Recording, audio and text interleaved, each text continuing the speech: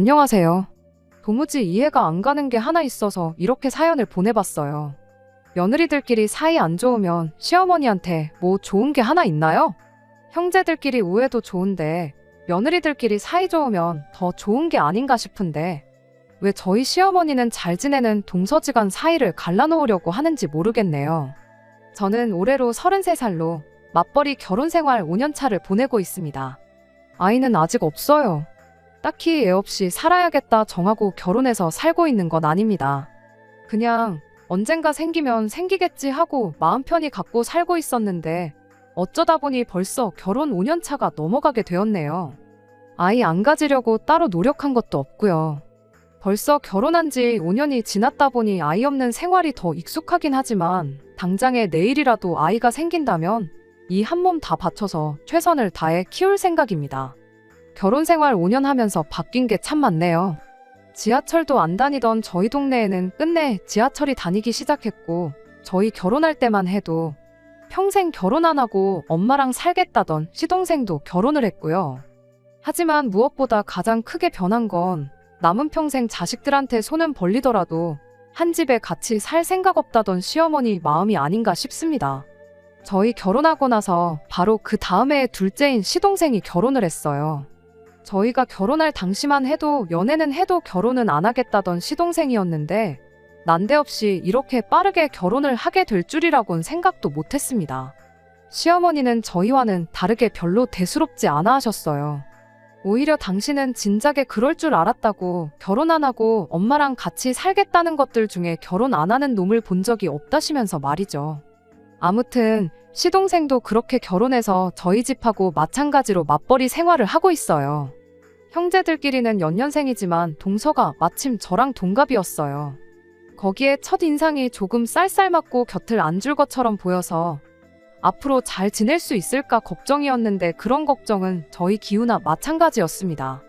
성격이 저랑 자매 사이라고 해도 무방할 정도로 거의 비슷했거든요. 취향은 물론이고 하는 생각까지 비슷했어요. 그렇게 동서와 친해지게 되었고 서로 말로는 형님 동서 하면서 부르긴 했지만 거의 둘도 없는 친구 사이나 마찬가지였습니다. 이쪽 동네가 서울에 인접해 있는 경기권인데 처음 저희 신혼집 구했을 때만 해도 지하철이 안 다녔어요. 출퇴근은 집 근처까지 오는 버스가 있어서 그걸 타고 다니긴 했는데 오며 가며 하는 거리도 있고 그러다 보니 서울 살고 있는 친구들 만나고 집에 돌아오고 그러는 건 꿈도 못 꿨습니다. 남편 말고는 따로 말상대도 없고 그래서 가끔 친구들하고 퇴근 후에 잠깐 보내던 시간이 그리웠어요. 그런데 이렇게 마음 잘 맞는 동서가 같은 동네에 살게 되었으니 저에겐 축복이나 마찬가지였습니다. 그리고 그 생각은 동서 또한 똑같았지요. 저희가 같은 동네에 신혼살림을 차리게 된 데에는 이유가 있습니다. 이 지역이 저희 시어머니 사는 동네거든요. 시어머니가 홀어머니세요. 자세한 이야기는 못 들었는데 아버지 되시는 분이 남편하고 시동생 어릴 적에 다른 사람 만나 새 살림 차려 집을 나갔답니다. 도의적인 책임을 지겠다고 그렇게 이혼하면서 시어머니한테 집도 넘겨주셨고 양육비도 제때제때 보내주셨다고는 해요. 하지만 그렇다고 홀어머니 몸으로 두 자식 공부시켜 취직시키고 장가까지 보내는 게 쉬운 일은 아니셨겠지요.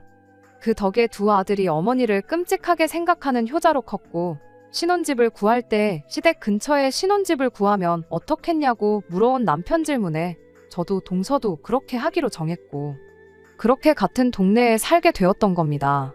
물론 시어머니 가까이에 신혼집을 구하는 결정을 내리기가 쉬운 건 아니었어요. 하지만 달리 말하면 가까이 산다는 건 적어도 시어머니와 합가해서 모시고 살 일은 없을 거다는 소리와 똑같다고 생각했어요. 그리고 저희가 경제적으로 넉넉한 형편으로 결혼한 건 아니었는데 당시 이 근처에 지하철역도 생긴다 하고 서울하고 인접한 신도시권이기도 해서 지하철역만 생기면 집값이 엄청 뜨겠구나 하는 기대도 있었지요. 그냥 개인적인 생각이지만 지하철이 다니면 그곳은 서울이나 마찬가지 아니겠냐 싶었거든요. 결국 3년 전에 지하철역이 생겼는데 제가 생각한 것보다 집값이 쥐똥만큼밖에 안 오른 건 계산착오긴 했지만요. 아무튼 동서 또한 시동생하고 결혼하는 데 있어서 적어도 한 동네 살면 모시고 살겠다고 할 일은 없겠구나 싶었답니다. 그 덕에 동선애랑 같은 동네에 살게 되었던 거지요. 천만 다행스럽게도 시어머니 또한 늙어서 자식한테 손은 벌릴지라도 한 집에 빌붙어서 살 생각은 없다고 이야기까지 하셨고요. 시동생 결혼할 때는 두 자식 다 장가 보낸 만큼 내 할 일은 다 끝났으니 이제는 내 인생 즐기고 살 거라고 하셨어요. 시어머니가 올해 60대 초반이시고 이미 오래전부터 만나고 계신 남자친구분도 따로 계시거든요. 말인즉슨 이제 뒷바라지 해줄 자식도 없으니 산이며 들이며 바다며 좋은 데 있으면 남자친구분하고 같이 놀러 다니고 그러면서 당신 인생 즐기고 살겠다는 소리셨어요. 시어머니한테 저희랑 동선애가 합쳐서 달에 50만 원씩 용돈을 드리기로 했는데 시어머니가 다른 건 모르겠고 그것만 끊기지 않게 해달라 하셨지요. 친정에도 비슷하게 보냈으니 솔직히 용돈 그만큼 챙겨드리는 거 맞벌이 하는데 못할 일도 아니었고 신경 쓰이지도 않았어요.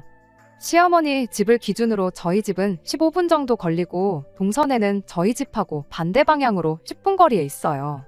집이 가까운 만큼 이따금씩 남편 말고 다른 사람하고 수다 떨고 그러고 싶으면 동서랑 만나서 시간을 보내곤 했어요. 형제끼리 우애도 좋은 편이라 넷이서 자주 만나기도 했고 그렇게 넷이서 시댁도 자주 방문하고 그랬습니다.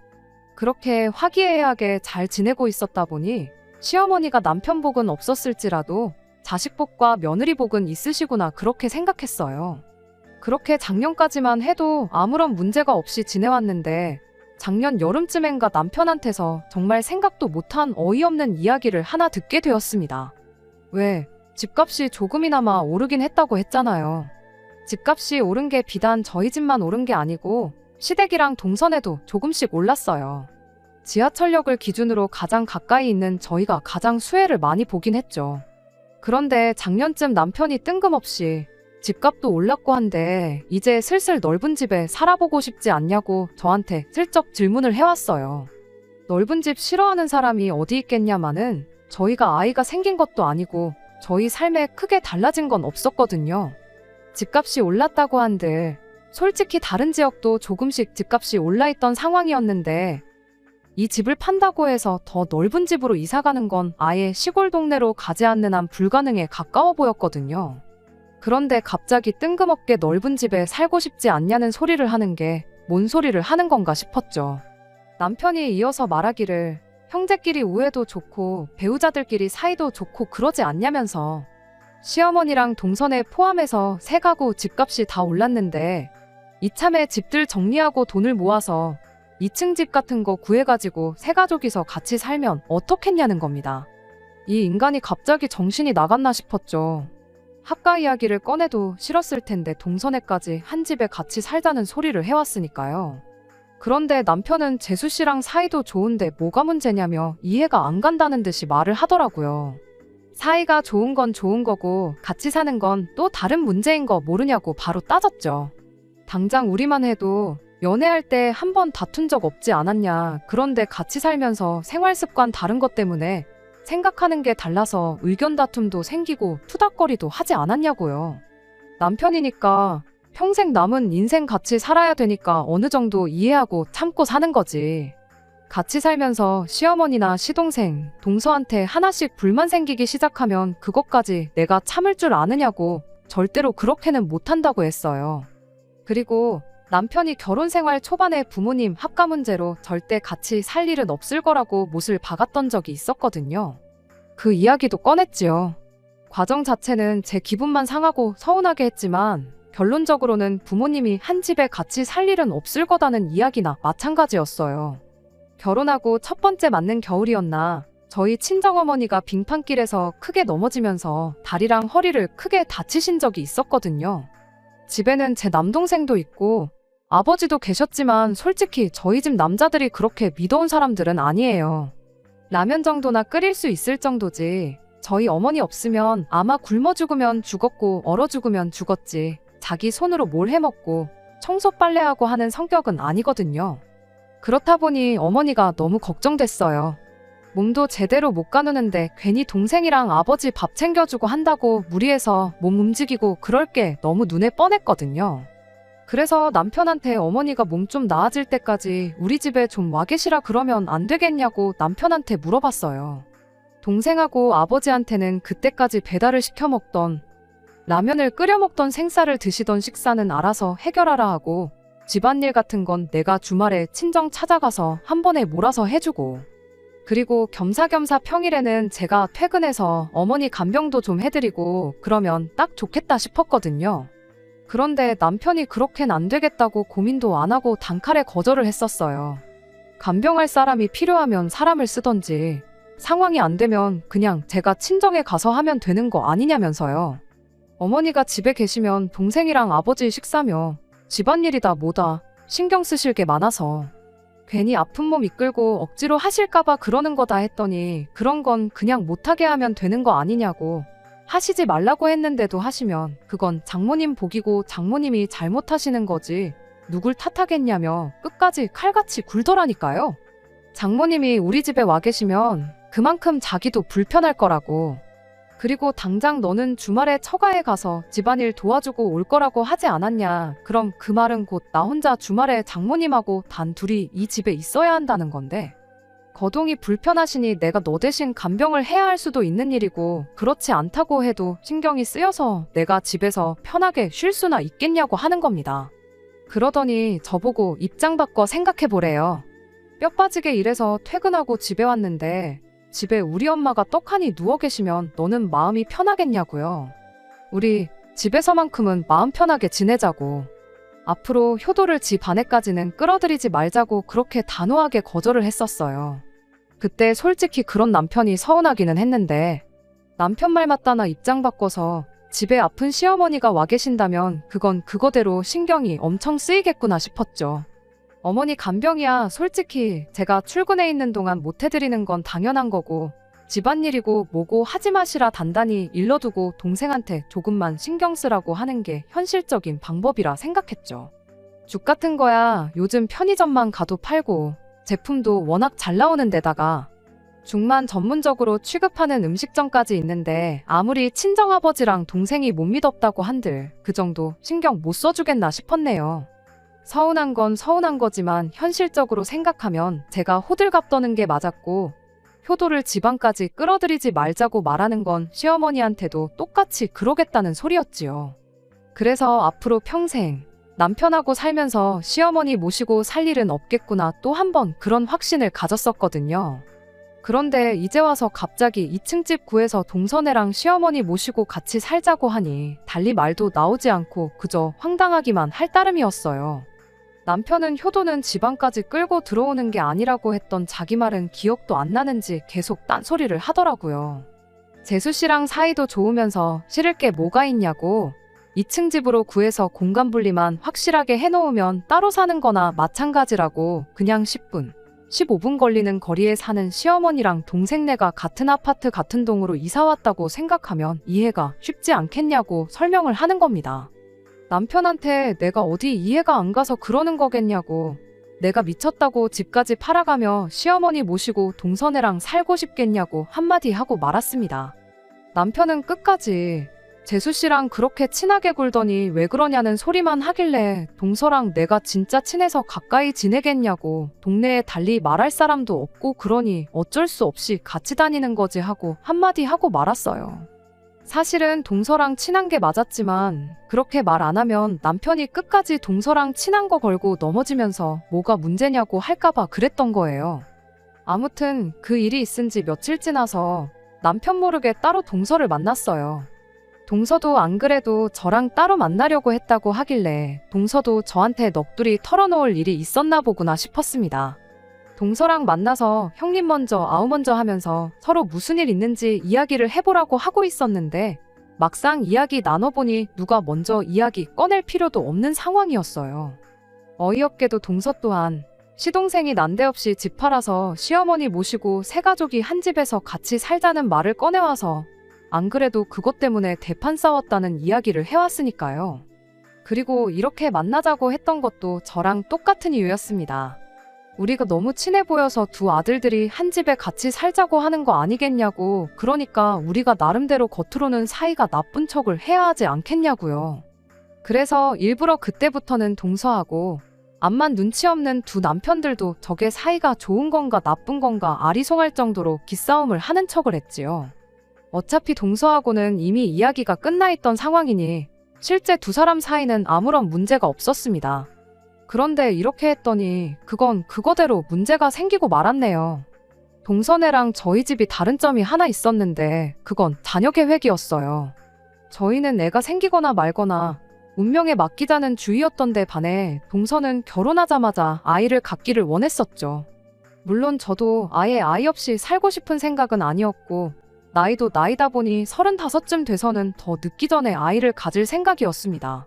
한약을 지어 먹는다거나 뭐 용하다는 분 찾아가서 날짜를 받아온다거나 하는 식으로 나름 노력을 할 생각도 있었고요. 아무튼 동선에는 결혼하자마자부터 아이를 갖기 위해 온갖 노력을 해왔는데 아무리 노력을 해도 아이가 안 생기는 경우였지요. 동서하고 조금 사이가 나쁜 척 연기하기로 했던 이후 얼마 지나지 않아 동서가 시험관까지 시도했는데 결과가 안 좋았어요. 그때 가서는 동서가 워낙에 힘들어하기도 했고 시험관 자체가 몸에 무리가 많이 가는 거라 하니 일부러 남편들 같이 해서 만나는 자리 같은 건 만들지도 않았어요. 혼자 마음 정리도 하고 몸도 추스를 하고 나름 배려를 해줬던 거였죠. 그런데 그게 두 남편들이나 시어머니 눈에는 진짜 얘들이 겉으로만 친한 척은 하고 사이가 안 좋은 거구나 하고 착각을 했었나 봐요. 하루는 시어머니가 난데없이 저희 집에 찾아왔어요. 그러더니 저한테 말도 안 되는 이야기를 꺼내시는 겁니다. 동서가 저를 엄청 원망하고 있다고요. 그게 무슨 소리냐 하고 물어봤더니 자기들 아이가 안 생기는 게 저희 때문이라는 이야기를 들었대요. 하도 아이가 안 생기니까 뭐 어디 용한 사람을 찾아가 봤다는데 윗사람인 저희가 집에 아이가 들어오는 기운을 아주 꽉 막고 있다는 이야기를 들었다더랍니다. 동서가 진짜 그런 이야기를 들었으면 저한테 말을 안 해줬을 리도 없고 정말 밑도 끝도 없는 이야기라 제가 믿을 리가 만무했지만 진짜로 그 이야기를 믿는 척을 했어요. 아무튼 시어머니가 한다는 소리가 일단 그래도 이야기 나왔으니까 혹시나 싶어서 당신이 생각해봤는데 진짜 그럴 수도 있는 노릇 아니겠냐며 저희 보고 하루빨리 아이를 가지라고 하시는 겁니다. 안 그래도 내후년쯤에는 저도 본격적으로 아이를 가질 생각이 있었다 보니 싫다고 거절할 것도 아니었어요. 허나 손주가 보고 싶으면 동서네가 소식이 없으니 너네라도 먼저 가지면 안 되겠느냐 단도직입적으로 이야기하셨어도 될 일이 아닌가 싶었는데 굳이 되도 않는 이야기 지어내서 동서가 저를 원망하고 있다는 이야기까지 꺼내실 이유가 뭐가 있나 싶었습니다. 그런데 아니나 다를까 시어머니가 저한테 본심을 꺼내왔어요. 아이 태어나면 당신이 우리 집에 머물며 아이를 봐줄 테니 일단 저희 집 방 한 칸을 당신이 오며 가며 머물고 여차하면 자고 갈 수 있게 당신 방으로 만들어 놓으라는 겁니다. 아이가 태어나기는커녕 아직 아이가 생기지도 않았는데 벌써부터 방 한 칸을 비워놓을 이유가 뭐가 있느냐고 제가 대답했더니 시어머니가 한다는 말이 그러다 동서네가 먼저 아이가 생기면 어떡하냐며 일단 저희가 먼저 동서네한테 시어머니를 모시고 살겠다는 강한 의지를 보여주라는 소리를 하더라고요. 아무리 시대가 변했다지만 당신은 장남내외인 저희가 더 신경이 쓰일 수밖에 없는 법이라며 두 며느리가 비슷한 시기에 아이를 갖게 된다면 당신 입장에서는 키워줘도 장손을 키워주고 싶다고. 그런데 혹시나 당장 소식은 없지만 열심히 노력하는 동서네가 먼저 아이를 갖게 되고 아이 좀 대신 키워달라 부탁해오면 당신이 그걸 거절할 명분이 없대요. 그러니까 일단 당신 지낼 방부터 마련해놓고 그러라는 겁니다. 일단 대답은 알겠다 했는데 물론 저는 그렇게 할 생각 없었어요. 아니나 다를까 시어머니가 집으로 돌아가시고 난 뒤 남편이 갑자기 설레발을 다치면서 얼른 어머니 지낼 방부터 만들어 놓자고 보채기 시작하더라고요. 그래서 남편한테 뭘 벌써부터 그러냐고 천천히 하라고 한마디 하고 저는 제 볼일을 다시 보기 시작했습니다. 그랬더니 남편이 혼자 허둥지둥대면서 그러다 어머니 말처럼 동생네한테 선수 뺏겨서 복직 못하고 경력 끊기게 되면 어떡하냐고 끝까지 설레발을 치더라고요. 남편한테 그러면 어쩔 수 없는 거 아니냐고 그리고 어차피 방 한 칸 만들어 놓을 생각이면 나는 굳이 시어머니가 아니어도 된다고 친정어머니한테 그 방 내드리고 여기서 지내시면서 아이 좀 봐달라고 해도 되는 거 아니겠냐 한마디 하고 말았죠. 이왕 한 집에 같이 살 거면 나는 불편한 시어머니보다 맘 편한 친정어머니가 더 좋다고요. 제가 이렇게 대답할 줄 몰랐는지 남편이 엄청 당황한 눈치였어요. 그리고 그날이 지나서 동서한테 또 남편들 모르게 연락을 했지요. 오랜만에 한 연락이었는데 동서도 어느 정도 마음을 추스른 건지 크게 문제는 없어 보였습니다. 그리고 그날 서로 회사 일 일찍 마치고 서울에서 따로 만났어요. 약속 장소에 동서가 들어오는데 입구에서부터 할 말이 많다는 표정으로 가게 안으로 들어왔지요. 아니나 다를까 얼마 전에 시어머니가 동선에 찾아와서 있던 일을 이야기해 주더군요. 시어머니가 저희 집에 오셨던 것처럼 연락도 없이 동선에 찾아와서는 정말 큰일이라고 하면서 난리법석을 떨며 이상한 분위기를 조성했대요. 그러더니 한다는 소리가 요즘 제가 아이를 하루라도 빨리 가져야겠다며 동서를 견제하듯이 이야기를 했다는 거예요. 쟤들 하는 꼬라지를 보니 자연임 씨는 죽어도 안 되겠구나 그렇게 생각했는데 요즘 시험관도 하고 저러는 거 보니 제가 똥줄이 타기 시작했는가 보다고요. 우리 아이가 태어나면 장손이고 찬물도 위아래가 있는 법인데 동선애가 그런 건 쥐뿔도 신경을 안 쓰고 아주 집안 족보를 개족보를 만들려고 한다고 하면서 안 좋은 소리도 했다고 하고 무엇보다 아이 태어나면 시어머니가 아이를 봐줘야 하는데 동선애가 먼저 아이를 갖게 냅뒀다가 정작 저희들 시어머니 동무 필요할 때 아무런 도움도 못 받게 될까봐 걱정이라는 겁니다. 돈 주고 사람 쓰기도 싫고 애 키운다고 맞벌이도 포기하고 싶지 않은데 동선애가 시험관으로 아이까지 먼저 가져버리면 우리만 손해라고 그러니 동서가 아이를 갖기 전에 먼저 선수를 치겠다고 했다는 거예요. 그래서 시어머니 와서 지낼 수 있게 방 한 칸 비워놓고 아주 설레발치는 게 보통이 아니라고. 그런데 시어머니 딴에는 여태까지 애 없이 지내다가 당신 도움 못 받게 될까봐 그제서야 아이를 갖겠다고 드는 저보다 결혼하자마자부터 손주 보여주겠다고 노력한 동선애가 더 마음이 쓰이고 더 도와주고 싶고 그런다고 했답니다. 그래도 한편으론 저희 남편이 장남이다 보니 아무리 둘째네가 마음이 쓰인다고 해도 당신이 전부 당신 원하는 대로 할 수 있는 건 아니라고. 그러니 일단은 저희가 아이를 먼저 가질 마음부터 접도록 해야 하는 거 아니겠냐셨대요. 그리고 그 방법은 저희한테 제안한 것과 똑같은 방법이었지요. 바로 시어머니가 언제든 오며 가며 지낼 방 한 칸을 만들어 놓고 나아가서는 아예 시어머니를 먼저 모시고 살겠다고 선언하는 방법이요. 동서도 사실 그때까지만 해도 긴가민가 하기는 했대요. 저랑 친하긴 하지만 한편으로는 시어머니 말만 들으면 애 키우는데 도움받으려는 이야기만큼은 너무 그럴싸해서 순간 믿을 뻔했다는 겁니다. 제가 동서 흉을 보고 그런 거 다 떠나서 그냥 애 키우는데 도움받는 부분 그런 것만요. 그런데 동선에는 또 저희 집하고 구조가 다르거든요. 저희 집은 그나마 방이 3개라서 시어머니가 저러고 갔을 때 별 문제가 없었지만 동선의 집은 방이 2개밖에 안 되었거든요. 시어머니한테 방 한 칸 내드리면 아이 태어나면 아이는 무슨 방을 쓰냐고 시동생한테 물어봤대요. 그런데 시동생이 동서 말 다 자르고 지금 그게 중요하냐고 애가 어느 정도 클 때까지는 시어머니하고 같은 방 쓰게 하면 되는 거 아니겠냐. 일단 시어머니부터 먼저 붙잡아서 우리 집에 모셔야지. 안 그러면 이러다 형님네한테 전부 다 빼앗기게 될 테다 하면서 호들갑을 떨었다는 거예요. 동서도 그때 눈치를 딱 챘나 보더라고요. 시어머니 모시고 살자는 소리가 하고 싶은데 마땅한 이유가 없으니 저희들 핑계 아이 생기면 시어머니한테 받아야 할 도움 같은 거 다 계산하고 시어머니를 모시자고 자기 입으로 말하게 하려는 수작인 걸 말입니다. 이미 전년도에 남편이 2층 집 구해서 세 가족이 함께 살자는 말을 꺼냈다 보니 깊게 생각할 것도 없었어요. 저랑 동서 사이가 좋다는 핑계로 어떻게든 한 집에 같이 살아볼 요량이었는데 막상 까놓고 보니 둘이서 기싸움 엄청 하고 사이도 안 좋아 보여서 어떻게든 그걸 활용해서 두 아들 집 중에 아무데나 시어머니를 모시고 살게 할 생각이었던 겁니다. 사실상 두 남편들한테는 누가 어느 집에서 시어머니를 모시던 크게 상관이 없었던 거죠. 그런데 방법이 참 어이가 없잖아요. 모시고 살고 싶으면 두 며느리들 경쟁심을 유발시켜서 부추길 게 아니고 저희들은 어떻게 생각하는지 의견 먼저 물어보는 게 적절한 방법 아니겠나요? 그런데 세 가족이서 한 집에 같이 살자고 하질 않나? 이번엔 어느 집에서 먼저 모시기 전에 우리가 먼저 모셔야겠다 하질 않나? 저희들 의사는 하나도 묻지 않고 통보하듯 자기들끼리 결정해서 되도 않는 연극하면서 시어머니 모시게 하려는 그 정신머리가 너무 괘씸했습니다. 물론 시어머니가 아이를 봐주신다면 당연히 유리한 점이 많겠지만 동서도 저랑 생각하는 게 똑같았어요.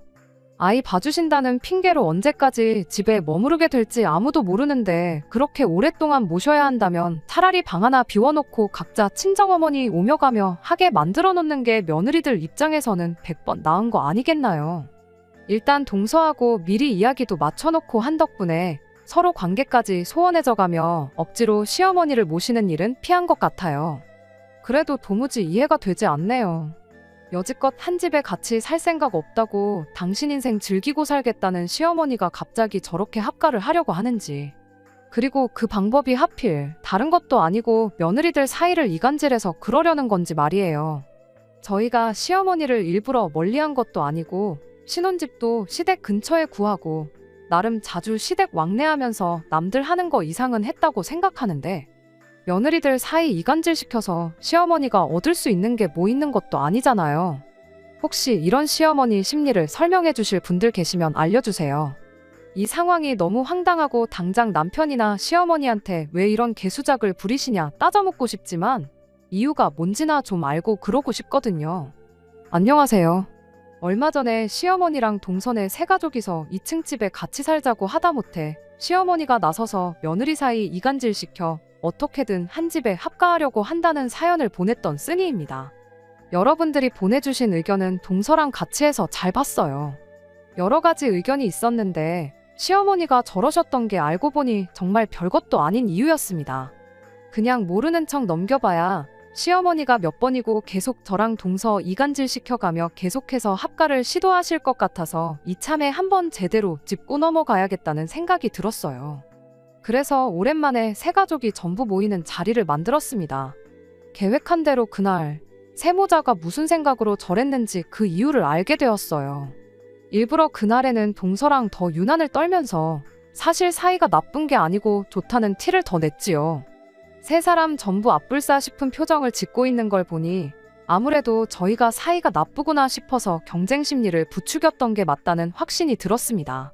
그리고 시어머니한테 이야기했어요. 저는 애 없이 살다 보니 아예 없이 사는 편이 나은 것 같아서 그냥 앞으로도 쭉 아이 없이 살아야겠다 말했고 동서는 그동안 들어서지도 않는 아이 갖겠다고 이것저것 시도해보다가 건강이 많이 상한 것 같아서 일단 마음 편히 갖고 당분간 아이 생각 없이 몸조리하는데 집중하겠다고 말했죠. 말인즉슨 당장 저나 동서나 급하게 시어머니 머물 공간까지 만들어가며 아이를 가질 생각 없다는 소리였지요. 그러니 시어머니도 괜히 누구 집에든 들어와서 같이 살 생각 안 하셔도 된다고 빙 돌려서 말하는 것과 다름없었어요. 더 이상 합가를 해야 할 명분이 사라졌으니 시어머니도 두 남편들도 조금 당황한 모습이었어요. 하지만 시어머니가 금세 눈치채신 것 같더라고요. 저희가 이미 일이 어떻게 돌아가는 상황인지 눈치챘고 합가할 생각 없다고 저희 의견을 이야기하는 것이라는 사실을요. 아니나 다를까 시어머니가 먼저 입을 열었어요. 두 자식들 취직시키고 장가까지 보낸 만큼 당신 할 일은 끝났다고 생각했고 그렇게 당신 인생 즐기면서 남자친구분이랑 좋은데 놀러 다니고 하면서 지내면 되겠구나 싶으셨답니다. 그런데 그 남자친구분이 재작년에 장가 보낸 자식네로 합가를 하게 되었대요. 그러면서 그분이 멀리 이사를 나가시게 되었고 그만큼 자주 못 만나게 되었답니다.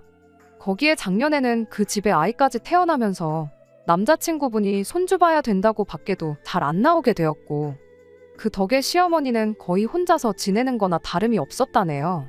그런데 그 집은 며느리가 나서서 남자친구분을 모시고 살겠다고 나섰다는데 우리 집은 뭐냐고. 나는 며느리가 하나가 아니라 둘이나 있는데 누구 하나 선뜻 나서서 모시고 살겠다는 사람도 없고 힘들게 아들 2명 키워서 제대로 효도도 못 받고 이게 다 뭐냐 싶으셨답니다. 그래서 재작년에 두 아들이 2층 집 이야기를 꺼내오면서 시어머니를 모시자고 했던 거였어요. 그런데 그 계획이 수포로 돌아가고 그러다 이번엔 작전을 바꿔서 저랑 동서 경쟁 심리를 부추겨서 합가를 하려던 계획을 세웠던 거죠. 그러던 중 시어머니한테 남자친구가 조언이랍시고 들은 게 애 키워준다고 하면 며느리들이 앞다퉈서 당신을 모시겠다고 할 거란 이야기를 해줬다는 겁니다. 그분 자식도 원래 같이 모시고 살 생각이 없었고 홀아버지 신경 쓰기도 싫어서 신혼집도 최대한 멀리 구했던 건데 막상 애 봐주는데 사람 쓰고 그러려니 돈 아깝고 그래서 아이 크는 동안만 같이 살기로 했다는 거죠.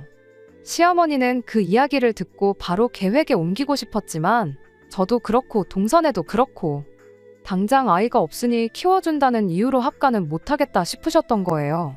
그래서 저희 두 사람 이간질을 시켜서 둘 중에 아무나 먼저 입에서 시어머니 모시고 살겠다는 말이 나오도록 경쟁 심리를 부추겼던 거랍니다.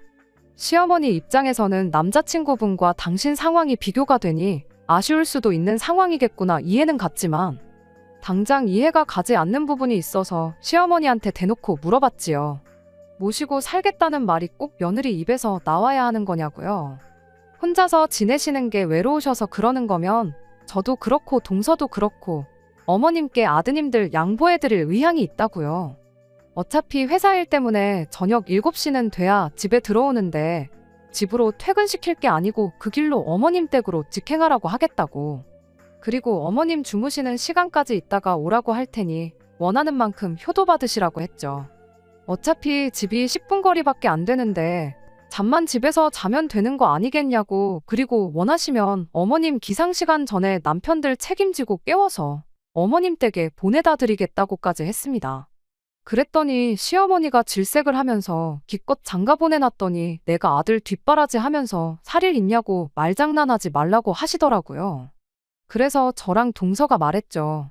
어머님 어차피 저희들 대신에 아이를 키워주겠다고 하셨는데 두 아들 밥 챙겨주고 출근시키고 하는 게 갓난아이 키우는 것보다 오히려 쉽지 않겠냐고요. 저희들 집에 합가를 한다고 해서 맞벌이하는 저희들이 어머님한테 해드릴 건 별로 없다고요. 오히려 아이 돌봐야 한다고 하루 종일 어디 밖에도 못 나가고 집에만 계셔야 할 텐데 어머님 그거 감당 가능하시냐고 물었습니다.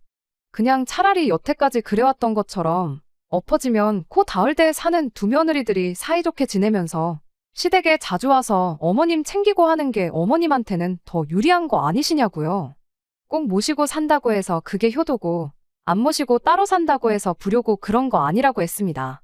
어머님 남자친구분 아이돌 본다고 어디 밖에도 못 나가고 집에만 계신다는데 진짜 행복하시냐고 한번 물어봐 보시라고 했죠.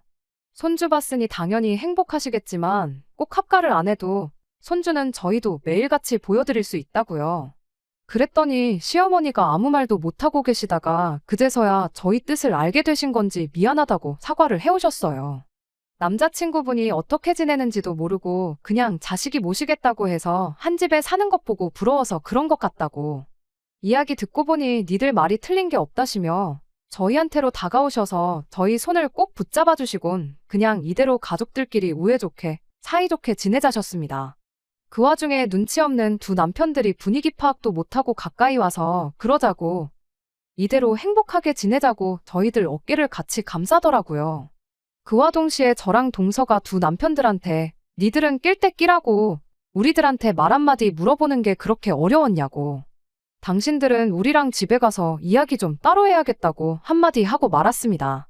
아무튼 그 뒤로 시어머니 합가 이야기는 쏙 들어갔어요. 남자친구분도 시어머니한테서 저희랑 있었던 이야기 듣고는 아들내외가 나를 모시고 사는 게 아니라 부려먹으려고 데리고 사는 거였구나 싶어서 그 집을 나오시고 다시 동네로 이사를 오셨어요. 이야기 나온 김에 시어머니 집에서 같이 지내시기로 한 것 같고요. 그래서 두 분이 요즘 놀러 다니시느라고 저희들 집에는 얼씬도 안 하세요. 남편들도 이번 일을 계기로 혼자 생각할 게 아니고 저희들 말만 들으면 중간 이상은 간다는 걸 깨달았는지 사소한 것까지 하나하나 다 허락받고 물어보고 하고 있고요. 잠깐 시어머니가 합가 때문에 문제가 생기긴 했지만 오해는 다 풀렸으니 지난날처럼 즐겁게 지내는 일만 남은 것 같네요.